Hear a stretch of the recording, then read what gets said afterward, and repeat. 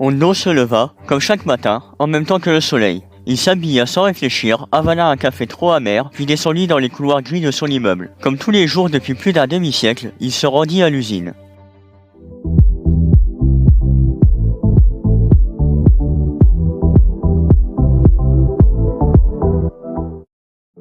Il passa ensuite la journée derrière un tableur à compléter des cases, seulement interrompues par la pause méridionale. Le soir, il traversa la ville, puis arriva chez lui quand le soleil se coucha. Il se prépara à manger, encore des pâtes au gruyère, puis s'installa devant la télé. Les journées étaient toutes les mêmes depuis qu'il travaillait, et Hondo s'ennuyait terriblement. C'est alors qu'il se souvint qu'il partait en retraite à la fin du mois. Cette pensée lui redonna le sourire. Il finit rapidement son assiette puis regarda la télévision jusqu'à s'endormir devant. Aujourd'hui, Hondo avait quitté son travail pour la dernière fois. Il avait passé l'immense majorité de sa vie à travailler pour une entreprise dont il ne connaissait presque rien.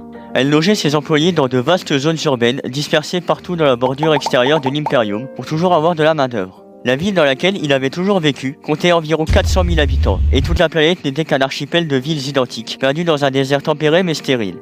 Il ne s'était jamais marié et n'avait jamais eu d'enfant. Trop contraignant, avait-il pensé. Les premiers jours de retraite furent grisants, mais la joie laissa donc vite place à l'ennui, causé par cette solitude. Il passa ses journées devant la télé à regarder dans le vide que le temps passe. Un jour, entre deux émissions sans réel intérêt, une publicité l'intrigua.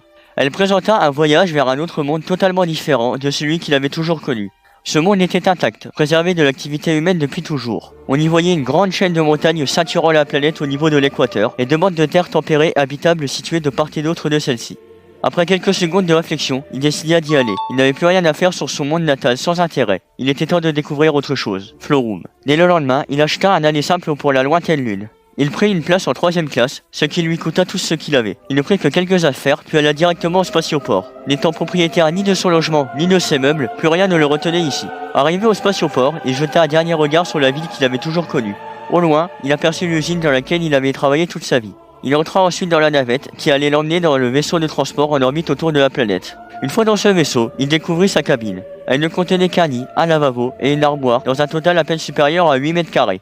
Les douches étaient communes à tout l'étage et il y avait un grand réfectoire quelques étages en dessous. Cela faisait peu pour l'ensemble de ses économies, pensa-t-il, mais c'était la promesse d'un nouveau départ qu'il avait réellement payé. 11 jours plus tard, le vaisseau de transport se plaça en orbite autour de Florum. La géante gazeuse autour de laquelle la petite lune tempérée orbitait était d'un violet éclatant. Hondo n'avait jamais rien vu d'aussi beau. Il resta collé au hublot pendant des heures dans la salle d'embarquement jusqu'à ce qu'on l'appelle pour rejoindre la navette de débarquement. La descente en direction de l'équateur fut l'une des plus longues de sa vie et lui parut interminable. Lorsque la navette se posa enfin, son cœur battait très vite. Il fit partie des derniers à pouvoir descendre et l'attente lui parut encore plus interminable. Quand il put enfin sortir, il se précipita dehors et fut immédiatement figé par ce qu'il voyait. Il y avait un lac scintillant devant lui, où divers bateaux voguaient au loin. En arrière-plan, il y avait la chaîne de montagnes, ceinturant la lune, enneigée au sommet.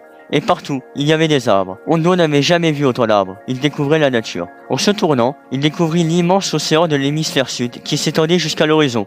Au-dessus brillait un soleil orangé qui allait bientôt se coucher. Le vieil homme qu'il était ne put s'empêcher de verser une larme.